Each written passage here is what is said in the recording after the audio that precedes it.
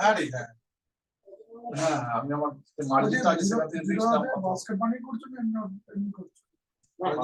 এতে যেমন তুই বাস্কেট দেন। ওকে, শুরু করা যায়। ওই যে সেদিন উনি বলেন না যে বাস্কেটে ওয়াইড গুলো আগে স্পেশাল হয়ে গেল আর ওগুলো এক্সিট করতে পারছিল না, উনি বয়ান করলেন। তো আমরা যে ম্যানুয়ালি প্রথমে হেজটা করছো তারপর সেলটা করতে আর এক্সিট কয়েকটা কথা বলে শুরু করি প্রীতম। কথাটা হচ্ছে যে আমরা লাস্ট যতগুলো উইক, এটা this is the 5th or 6th week, ডান দিকে চলে আসুন, নাহলে স্ক্রিনটা দেখতে অসুবিধা হয়।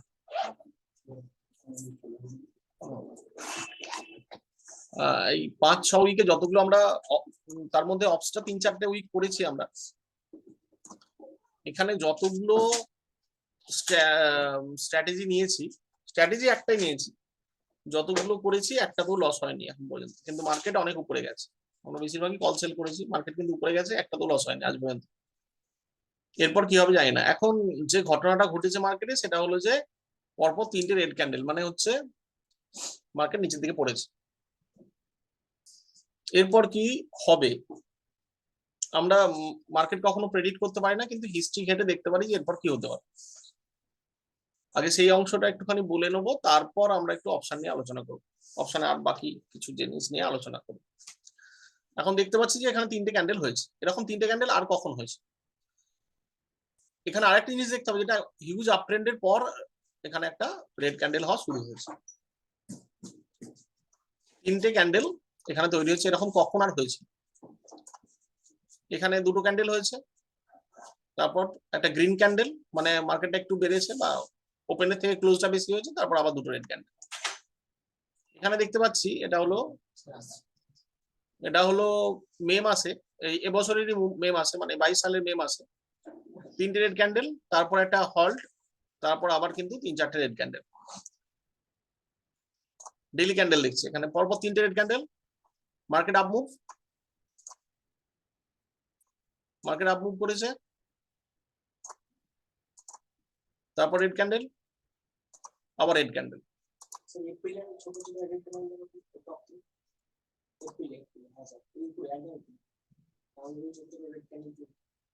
এগুলো সব আলোচনা করবো। এখানে রেড ক্যান্ডেল হয়েছে, তারপর আবার তো হয়েছে। এখানে পরপর 3টে 4টে 5টা রেড ক্যান্ডেল, তারপর আবার কিন্তু মার্কেট ডাউন হয়েছে। মানে আমি জাস্ট হিস্ট্রি চেক করছি, হিস্ট্রিতে কি হয়েছে পরপর 3টে রেড ক্যান্ডেল হওয়ার পর। এবার এই ক্যান্ডেলটার ক্যারেক্টার কি সেটাও দেখবো আমরা। মানে হচ্ছে মার্কেট 3 দিন পরপর পড়ার পরও কিন্তু একদিন হল্ট করেছে বা আবার পড়েছে। এখানেও তাই, এখানে একটা তার আগে একটা আপ ট্রেন্ড ছিল, আপ ট্রেন্ডের পর মার্কেটটা হল্ট, ওখানে হাই করেছে, করে আবার 5টা রেড ক্যান্ডেল তৈরি করেছে। ওই রেড ক্যান্ডেলের পর আবার একটা আপ মুভ, তারপর আবার 4টে রেড ক্যান্ডেল, মানে মার্কেট পড়েছে। এখানেও তাই 3টে। আমি মানে এই 2021 জানুয়ারি পর্যন্ত, এটা তো বোধহয় করোনা পিরিয়ডটা, 21 না করোনা 20-তে, 21 জানুয়ারি পর্যন্ত এখন দেখে ফেললাম যে যতগুলো রেড ক্যান্ডেল হয়েছে এরকম আপ মুভের পর 3টে রেড ক্যান্ডেল কিন্তু কোথাও থামেনি। এবারে কিছু ব্যতিক্রম আছে কিনা সেদিকে আমাকে দেখতে হবে। আচ্ছা, এখানেও তাই 1 2 3 4 5 6 আমরা তো দেখবো আপ মুভের পর ডাউন মুভটা। এটা তো করোনা যদিও এক্সেপশনাল, তবুও দেখছি আমরা একবার এটা, এখানে 3টে রেড ক্যান্ডেল পর আবার একটা 4থ রেড ক্যান্ডেল, তারপর কিন্তু পড়েই গেছে। আবার একটু হল্ট, 4টে 5টা রেড ক্যান্ডেল, আবার 3টে 4টে রেড ক্যান্ডেল, আবার একটা হল্ট, আবার 3টে রেড ক্যান্ডেল, 3টে রেড ক্যান্ডেলের পর আবার 2 দিন হল্ট, তারপর আবার 2টো রেড ক্যান্ডেল। মানে 3টে রেড ক্যান্ডেল পর একটা গ্রিন ক্যান্ডেল হতেই পারে, কিন্তু তার মানে যে সেটা ট্রেন্ডটা যে শেষ হয়ে গেল এরকম নয়। এগুলো আমরা ঘাটলেই দেখতে পাবো যে 3টে রেড ক্যান্ডেল কখনো থামেনি। এটা আমরা হিস্ট্রি দেখে নিলাম।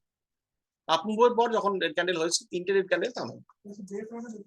এটা ডেইলিতে দেখছি, প্রতিদিনের ঘটনাটা দেখছি। রেড ক্যান্ডেল মানে মার্কেট ডাউন মুভ, সাধারণত ধরে নিচ্ছি। অনেক সময় রেড ক্যান্ডেল মানে ডাউন মুভ হয় না, এরকমও হয়। ওপেনিং এর থেকে ক্লোজিংটা কম। রেড মানে হচ্ছে যততে ওপেন হলো, ধরলাম পরের দিন 17,700, আগের দিন ওপেন হলো 17,000, এখন কত চলছে, এখন 17,806। আগের দিন ধরলাম 17,900 ওপেন হলো, 900 ওপেন হয়ে 17,850-এ ডাউন হলো, ক্লোজ হলো। তার মানে কিন্তু ওটা আজকের থেকে মানে আজকে যা শুক্রবারে যেটা বন্ধ হয়েছে তার থেকে বেশি হলো, কিন্তু ক্যান্ডেলটা রেড হলো। ঠিক আছে, এখন এখন কি নতুন হচ্ছে আমাদেরকে দেখতে হবে। এখানে এই যে ক্যান্ডেলটা হয়েছে তার মধ্যে কি বিশেষত্ব আছে। এই ক্যান্ডেল যেটা হয়েছে এগুলো কিন্তু একটা তিনটেই বড় বড় রেড ক্যান্ডেল।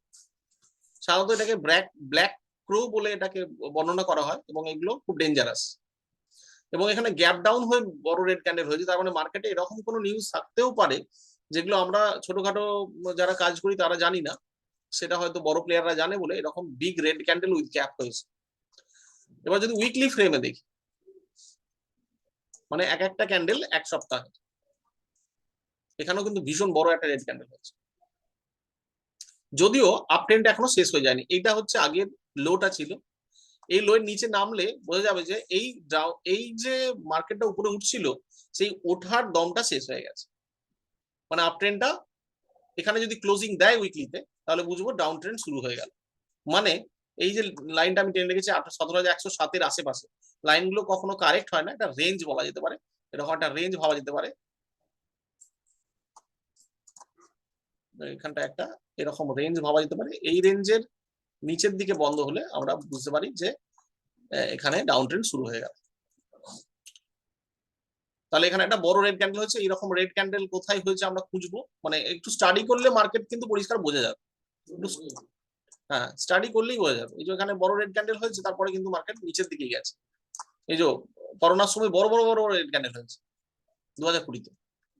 এই যে এখানে তার আগেও 2018 অক্টোবরে যখন একটু বিয়ারিশনেস ছিল তখন কিন্তু বড় বড় রেড ক্যান্ডেল হয়েছে। এই যে বড় রেড ক্যান্ডেল, তারপর 2 সপ্তাহে এখানে 5% মার্কেট ডাউন, তার আগে সপ্তাহে 2%, মানে 2 সপ্তাহে 8% মার্কেট ডাউন। 8% মানে বেশ ভালো ভালো অ্যামাউন্টের ডাউন হয়েছে। এই যে এই তিনটে ব্ল্যাক প্রো, কিন্তু এটা এখানে ফেলিওর হয়েছে এই ক্যান্ডেলটা, পরে ক্যান্ডেলটা দেখতে হবে। কিন্তু এখানে আরেকটা জিনিস দেখার, যেটা কেন ফেলিওর হলো, এখানে যে আপমুভটা ছিল সেটা কিন্তু অত বড় আপমুভ ছিল না যত বড়টা এখানে ছিল, বা যত বড়টা এখানে এখন আছে। একদম একদম স্ট্রেট আপ মুভ আছে, তারপরে এই ঘটনাগুলো ঘটছে। এবার আমরা যদি একটু আরেকটু বড় ফ্রেমে চলে যাই, বড় ফ্রেম মানে হচ্ছে আরেকটু মান্থলিতে যদি চলে যায়, মান্থলিতে কি দেখতে পাচ্ছি আমরা, মানে এক একটা ক্যান্ডেল মানে হচ্ছে 1 মাস।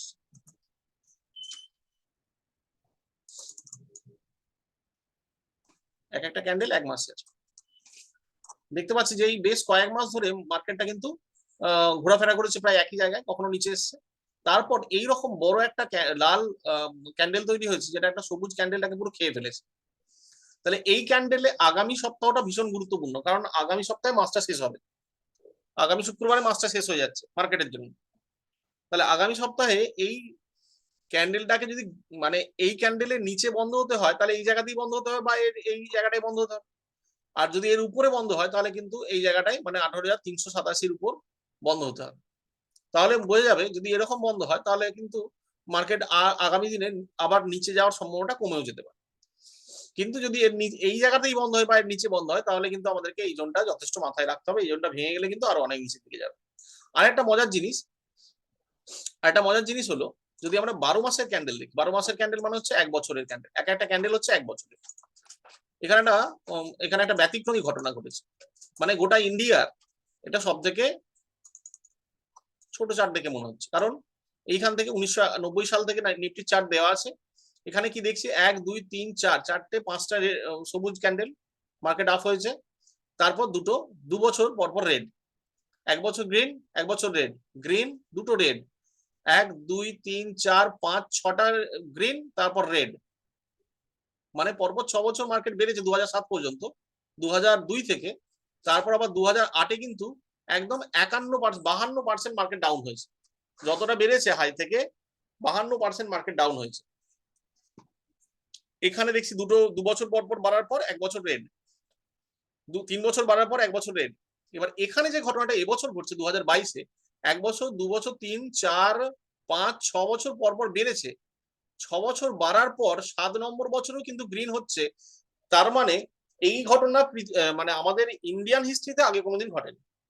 পরপর 6 বছর বাড়া 2007-এ হয়েছিল, তারপর 2022, এখানে কিন্তু এর আগে হয়নি। তাহলে ধরে নিই যে 6 বছর রেড হবে না, এবং এখন গোটা ওয়ার্ল্ডের ইকোনমিক কন্ডিশনও ভালো না। যদি আমি ভেবে নিই যে এটা রেড হবে, মানে আগের ট্রেনটা ভাঙবে না, 6টার বেশি গ্রিন হবে না, 6 বছর পর পর মার্কেট বাড়ার এই ট্রেনটাকে ভাঙবে না, 6 বছর পর পর বাড়তে পারে, তারপর 7 বছরে ভাঙবে না, 7 বছরে রেড হয়ে যাবে। এই ট্রেনটাকে যদি ভাঙবে না ভেবে নি, তাহলে মার্কেটটাকে বন্ধ হতে হবে এর ওপেনিং এর থেকে নিচে, তাই তো? তাহলে এইটা যদি কারসারটা রাখি, এবছরের ওপেনিং কত ছিল? 17,387। তাহলে 17,387 নিচে মার্কেটটাকে বন্ধ হতে হবে। এখন মার্কেটটা কত আছে? 17,806। মানে শুক্রবারের মধ্যে 17,387 নিচে মার্কেটটাকে বন্ধ হতে হবে। 1 পয়েন্ট হলেও বন্ধ হলে তবে ওটা রেড হবে। ঠিক আছে? তার মানে যদি রেড হতে হয় আগামী শুক্রবারের মধ্যে প্রায় 400 থেকে 500 পয়েন্ট ডাউন হতে হবে, যদি রেড হতে হয়। যদি আমরা ওই ট্রেনটাকে ধরি, আমরা তো ওর থেকে বেশি কিছু করতে পারি না, আমরা হিস্ট্রিটাকে ফলো করতে পারি। ঠিক আছে? এবার একটা জিনিস আর দেখাবো আমি, দেখি আমি অপশনের কনসেপ্টে আসবো। ডোজি হতেই পারে রেড হলে, ওখানে ডোজি হতেই পারে 387 কাছাকাছি হলে। তাহলে তো ট্রেনটা ব্রেক করবে।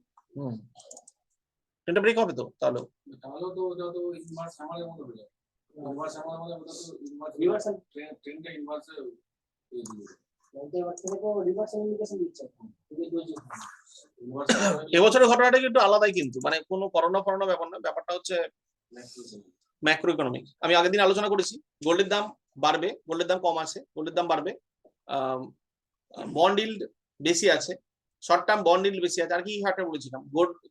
গোল্ড প্রাইস, বন্ড, আর কি কি 4টে ফ্যাক্টর বলেছিলাম, Baltic dry index, SPX, Nifty versus SPX, এই 4টে ফ্যাক্টর। মানে নিফটি আমাদের আমেরিকান মার্কেটের থেকে অনেক উপরে আছে, এটা একটা ফ্যাক্টর। গোল্ডের প্রাইসটা অনেকটা কমে আছে, মানে আমরা দেখে মনে হচ্ছে 50,000 টাকা দাম, কিন্তু তুলনামূলক নিফটি যতটা বেড়েছে গোল্ড ততটা বাড়েনি। তাহলে গোল্ড প্রাইসটা আবার আগামী দিনে বাড়তে পারে। 3 নম্বর হচ্ছে গোটা পৃথিবীতে যা লেনদেন হচ্ছে সেই লেনদেনের হারটা অনেক কমে গেছে, তার মানে ব্যবসার মন্দা চলছে।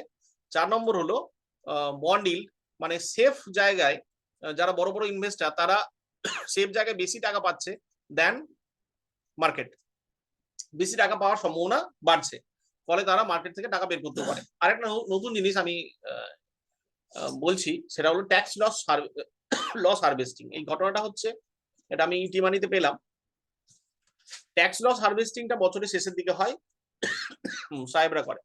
তার কারণটা হচ্ছে, যদি আমার এরকম হলো কোনো একটা মিউচুয়াল ফান্ড বেচে আমার 2 লাখ টাকা লাভ হলো বা 1.5 লাখ টাকা লাভ হলো। এখানে 1.5 লাখের এক্সাম্পল আছে, 1.5 লাখের এক্সাম্পল দিয়ে বলছি, এটা আমি গ্রুপে শেয়ার করব।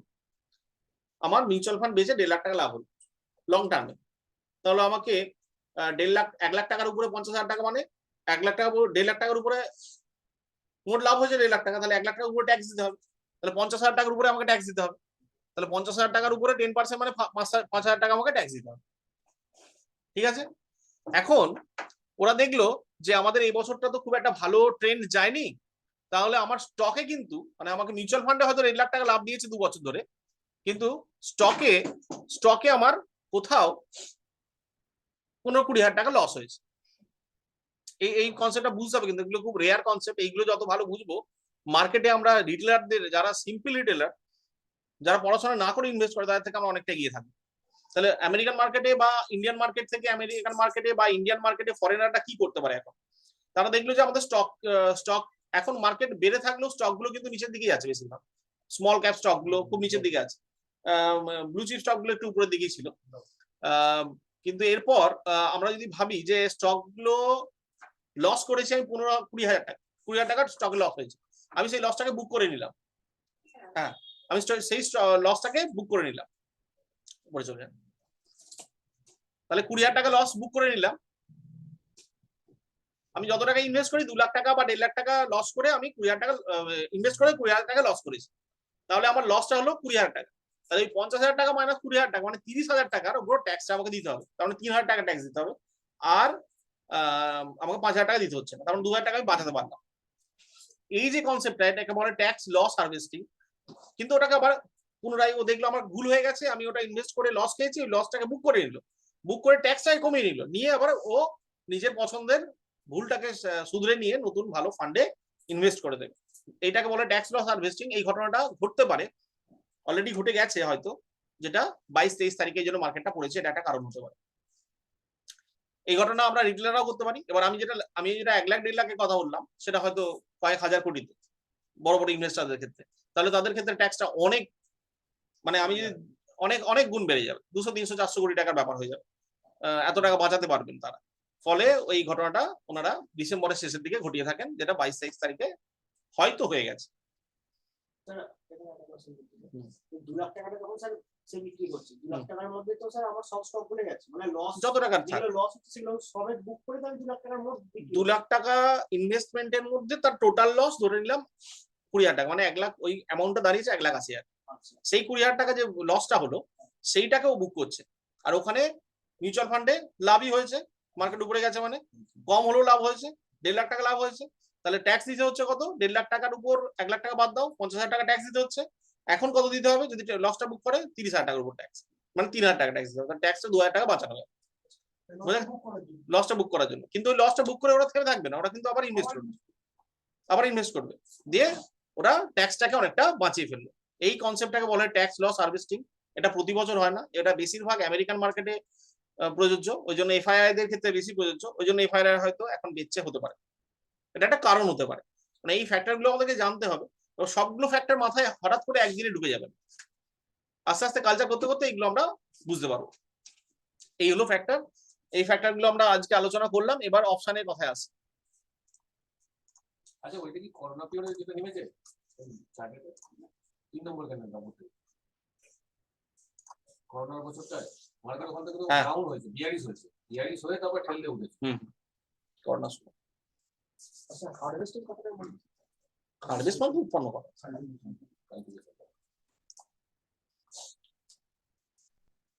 স্টকে যদি লসটা না হতো, না হলে তো কোনো লাভ, তাহলে টোটাল 5,000 টাকা লস হলে তবেই সম্ভব, লস বুক করলে তবেই এটা সম্ভব। তাহলে এখন মার্কেট চলছে কত? 17,800, তাই তো?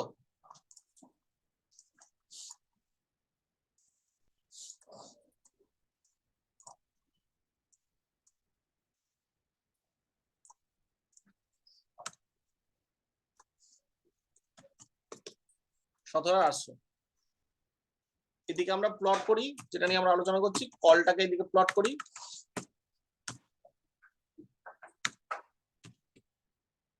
এদিকে কলটা,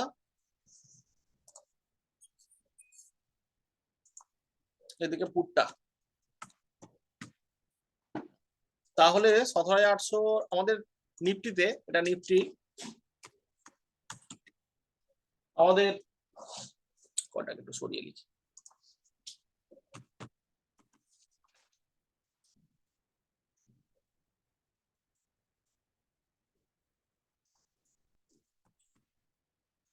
আমাদের নিফটিতে কত পয়েন্টের গ্যাপ থাকে? 50 পয়েন্টের গ্যাপ থাকে, তাই তো? আর ব্যাংক নিফটিতে 100 পয়েন্টের গ্যাপ থাকে। তাহলে 17,850টা কোন দিকে লিখবো? নিচে না উপরে? 17,850 কোথায় লিখবো? আচ্ছা, ইন দা মানি কোনটা? 17,850 ইন দা মানি না আউট অফ দা মানি? এটা হচ্ছে এটিএম, কোন দিকে, এটা অ্যাট অফ দা, এটা অ্যাট দা মানি। কোন দিকে চাইছি না? আমি পুটের দিকে ইন দা মানি চাইছি। নিচে হবে না, 17,850। তাহলে 17, মানে 17,850 যেখানে যেখানে বন্ধ হচ্ছে সেটা হচ্ছে আমাদের অ্যাট দা মানি। আচ্ছা আচ্ছা, 17,800 হচ্ছে অ্যাট দা মানি, ওখানে বলতে দেখা যাবে আমাদের 17,800 at the money. In the মানি কত হবে? যত বাড়বে পুটের দিকে, যত বাড়বে ভ্যালুটা যত বাড়বে, মানে ব্যাপারটা কিভাবে মাথায় রাখতে হবে আমাদেরকে, যে আমি পুটের কথা ভাবছি, তাহলে পুটের কথা ভাবছি যখন, তখন পুট মানে নিচের দিকে নামছে বা ভাববো, তাহলে ওই ভ্যালুর উপরের দিকে যারাই আছে, ওই ভ্যালু থেকে উপরের দিকে যারাই আছে, তা সেগুলোই হচ্ছে আমার ইন দা মানি পুটের ক্ষেত্রে। কোনটা top আর যেমন যেমন আমি একটা সিম্পল লজিক যদি বলি, একজন 30 বছর বয়সের ভদ্রলোক, তার রেসপেক্টে একজন 60 বছর বয়সের ভদ্রলোক সেটা বেশি বয়স্ক, আর একজন 18 বছর বয়সের ছেলে তার থেকে কম বয়স্ক, তাই তো? তাহলে আমি যদি পুটের দিকটা ধরি ওটার ক্ষেত্রে, তাহলে ওই 60 বছর বয়সের ভদ্রলোক হলেন, ওনার ক্ষেত্রে ইন্দামানি। মানে 60 বছর বয়সের ভদ্রলোক যদি ভাবেন যে আমি 30 বছরে পৌঁছাবো, মানে it has already been done by that person, 30 বছর পেরিয়ে এসছেন উনি, রাইট? 60 বছর বয়সের ক্ষেত্রে ওটা হচ্ছে ইন দা মানি, আর 18 বছরটা হচ্ছে আউট অফ দা মানি। মানে পুটের দিকে যখন ভাববো, তখন ওই স্ট্রাইক প্রাইসের যেটা এখন চলছে তার উপরে গুলো সব ইন দা মানি, আর নিচের গুলো সব হচ্ছে আউট অফ দা মানি। তাহলে 17,850। তাহলে এটা এভাবেই করা যায়। হ্যাঁ, উপরটা যদি আমরা বটম ভাবি হুম। আর নিচেটা যদি টপ ভাবি, হুম। টপের দিকটা হচ্ছে পুটের ইন্দামানি, হ্যাঁ, যে যে দেওয়া দিকটা হচ্ছে কলের ইন্দামানি। হ্যাঁ, মানে পুটের ক্ষেত্রে ওই স্ট্রাইক প্রাইসের বেশি গুলোই হচ্ছে সব ইন দা মানি, ইন্দামানি কলের ক্ষেত্রে ওই স্ট্রাইক প্রাইসের কমটাই হচ্ছে আউট অফ এইটা ইন্দামানি। ইন দা মানি। মানে যেখানে পুটের ক্ষেত্রে তো আমরা ভাবছি বিয়ারিশ, পুটের ক্ষেত্রে ভাবছি মার্কেট নিচে নামবে, তার মানে যেটা হয়ে গেছে সেটা ইন দা মানি সব ক্ষেত্রেই, কলের ক্ষেত্রেই হোক আর পুটের ক্ষেত্রে যেটা হয়ে গেছে। তাহলে আমি ভাবছি এই 17,850 এই কদিন আগে পেরিয়ে এলো ইন দা মানি। এবার যদি আমি ভাবি 30,000, কথার কথা বলছি 30,000 বা 20,000, 20,000 নিফটি তো হয়নি এখনো, কিন্তু আমি নিচের দিকে ভাবছি, মানে 20,000 উপর দিক থেকে নিচে উল্টো দিকে ভাবছি, মানে অলরেডি ওটা হয়ে এসছে ধরতে হবে।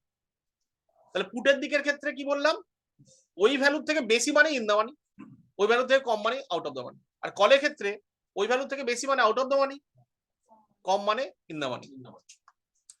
তাহলে 17,000, এবার কি হবে 900, তারপর 17,950, 18,000, 18,050, 19,000, 18,100, এবং এর বেশি যা যা পাবো এগুলো সব হচ্ছে ইন দা মানি। আর পুটের ক্ষেত্রে আউট অফ দা মানি কি হবে, যেগুলো এখনো আসেনি, নিচের দিকে যাবো, আরো কম, আরো কম। 17,750 ইমিডিয়েট, 17,700, 17,650, 17,600, 17,550, এগুলো সব হচ্ছে আউট অফ দা মানি। তাহলে এগুলো সব হলো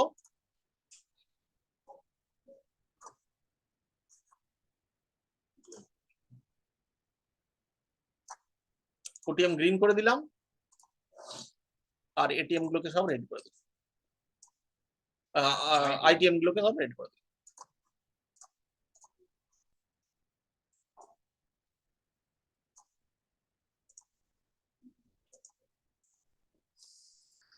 তাহলে কলের ক্ষেত্রে ইন দা মানি কোনগুলো হবে, যেগুলো অলরেডি পেরিয়ে এসছে, মানে 17,000,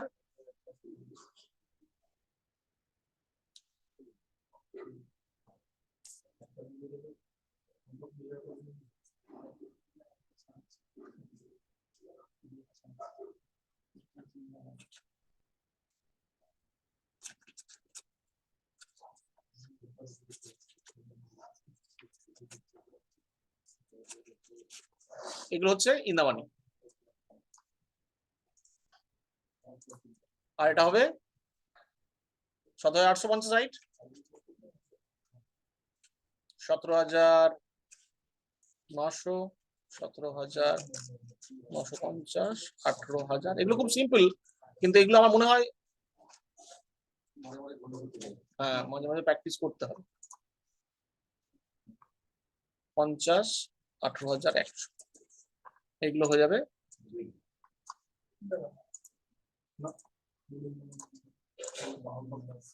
কলের ক্ষেত্রে আউট অফ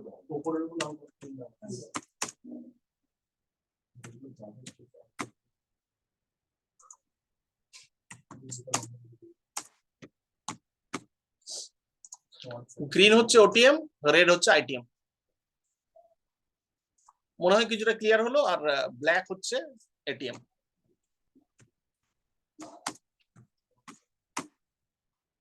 ব্ল্যাক হলো এটিএম। এবার আমি একটা অপশন চেন খুলে দেখাই ব্যাপারটা কি। আমি আজকে একটুখানি গ্রিক্স নিয়েও কথা বলবো, এতে খুলেই চলেছে অপশন। অপশনটা অনলাইনে খুলতেই চায় না,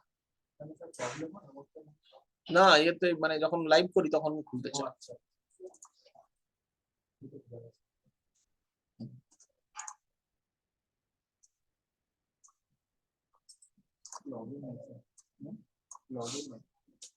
হুম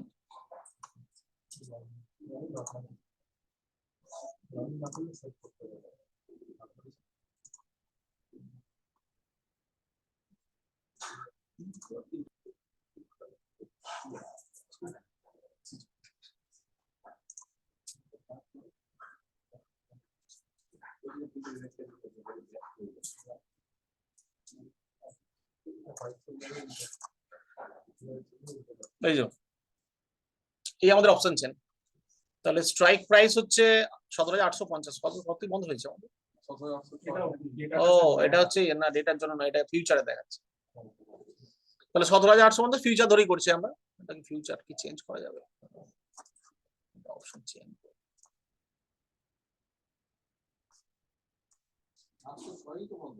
এটা ফিউচারে দেখেন, ফিউচারটা একটু হাই বন্ধ হয়েছে না। তাহলে 17,850 ধরে নিলাম। তাহলে 17,850 আমাদের এই 17,800, 17,900, 950, 18,000, 18,050, 18,100 এগুলো হচ্ছে পুটের ইন দা মানি, আর কলের ক্ষেত্রে এটা আউট অফ দ্য মানি। আর এর নিচের গুলো পুটের ক্ষেত্রে আউট অফ দ্য মানি, কলের ক্ষেত্রে ইন দা মানি, রাইট? এবার এর ভ্যালু গুলো একটু দেখব। ভ্যালু গুলো কি ডেল্টা দেওয়া আছে, আইভি দেওয়া আছে, আর কিছু দেওয়া নেই। ডেল্টা আইভি ছাড়া আর কিছু দেওয়া, ডেল্টা আর আইভি। থিটা ডেল্টা দরকার, ঠিক আছে। আজকে একটু অপশন গ্রিক্স গুলো নিয়ে একটু আলোচনা করব। অপশন গ্রিক্স মোটামুটি 4-5টা আছে। একটা হলো থিটা, এটা জানাটা প্রয়োজন, কিন্তু এটা ধরে কাজ করা খুব একটা সহজ না, এটা এক্সপেরিয়েন্সের সাথে আসবে।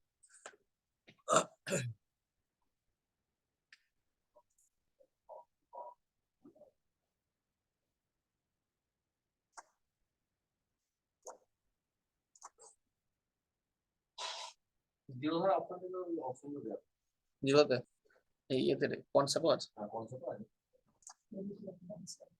এনএসসি অপশন চেন অতগুলো দেওয়া থাকে না। আইভিটা থাকলে বলুন না।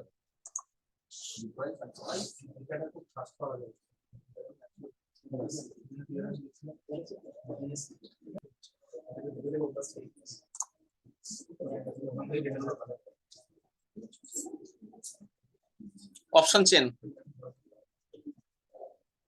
17,850 দেখাচ্ছে ফিউচার প্রাইস অনুযায়ী, রাইট? ফিউচার প্রাইস হচ্ছে 17,863, এই জন্য 850 দেখাচ্ছে। এখানে কয়েকটা জিনিস বুঝতে হবে। গ্রিক্স গুলো যেগুলো কাজে লাগে সেগুলো হচ্ছে কপালে একটা হচ্ছে থিটা ডেল্টা গামা ভেগা আর Vicks.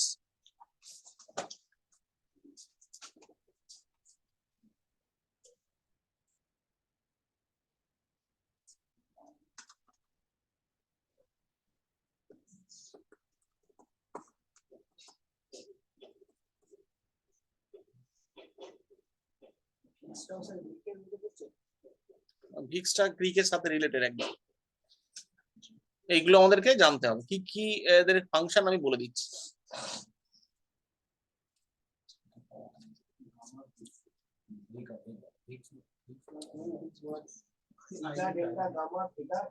Theta delta gamma vega Vicks.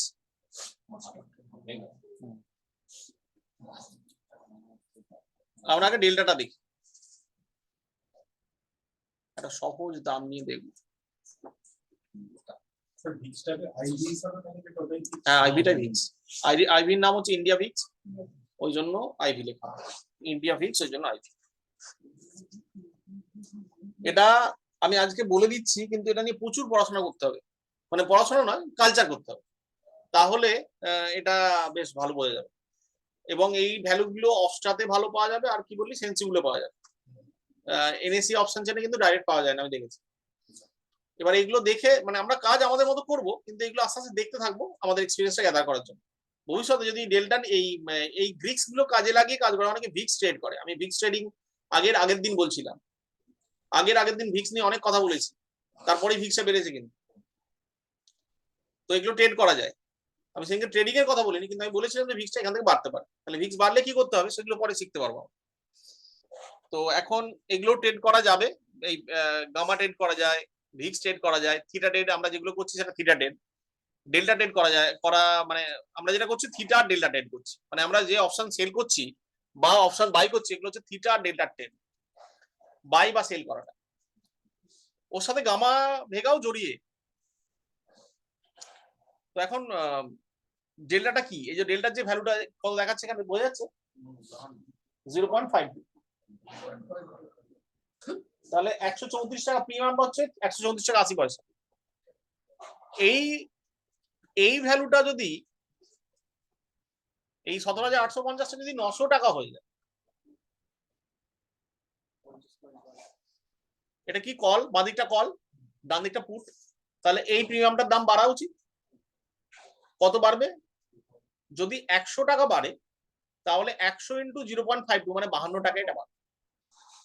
950 হলে তো 950 হলে 34 টাকা 1 টাকার পেছনে 52 পয়সা বাড়বে, 100 টাকার পেছনে 52 টাকা বাড়বে। এটা হচ্ছে ডেল্টার কনসেপ্ট। কিন্তু 52 টাকাটা 62ও হতে পারে, 52 টাকাটা 42 হতে পারে, বলছি সেটা বলবো। আচ্ছা, থিটাটা কি? থিটার মান যত বেশি থাকবে, থিটাটা হচ্ছে প্রিমিয়ামটাকে কমায়, থিটাটা প্রিমিয়ামটাকে কমায়। থিটার মান যত বেশি থাকবে, আমি স্ট্র্যাটেজি নিয়ে দেখাবো কিভাবে থিটা চেঞ্জ হচ্ছে, এখানে অত বোঝা যাবে না। থিটা যত কম, থিটার ভ্যালু যত, আমি স্ট্র্যাটেজি কোনো একটা ট্রেড নেওয়ার সময় থিটার ভ্যালু যত বেশি থাকবে তার থিটাটা কমার দিকে যাবে, যত এক্সপায়ারি যাবে তত থিটাটা কমে কমে যাবে, কমে থিটাটা 0 হয়ে যাবে, থিটার ভ্যালুটা কমবে, ফলে আস্তে আস্তে 0 হয়ে যাবে থিটা ভ্যালুটা। আমার থিটা হচ্ছে অ্যাকচুয়ালি টাইমটাকে বোঝায়। যত দূরের নেবো, আমি যদি এক্ষুনি দেখাই 17,850 এটা 29 ডিসেম্বর, তো আমি 5ই জানুয়ারি নিলাম, 17,850 এর ডেল্টা 0.52 আছে, থিটা এটা 17,900 দেখাচ্ছে, যাই হোক এটা 0.52, থিটা ভ্যালু মাইনাস দেখাচ্ছে। এখানে কত ছিল? আমি 17,850 দেখবো, একটা যে কোনো ইয়েতে দেখবো। হ্যাঁ, 17,850 কত ছিল? -10.63, রাইট? তাহলে এটার ভ্যালু কত? থিটা ভ্যালু বেশি, -0.7 বেশি আছে। আরো যদি দূরের দেখি, আমি যদি ফেব্রুয়ারি দেখি, -15, থিটা ভ্যালু কম দেখাচ্ছে। এটা কি ভুল আছে? এখানে একটা জিনিস আমাদেরকে দেখতে হবে, আমি জানি না এই এখানে কি হচ্ছে, আমাদের এটিএমটা শিফট হয়ে যাচ্ছে। আগেরটাই 17,850 ছিল,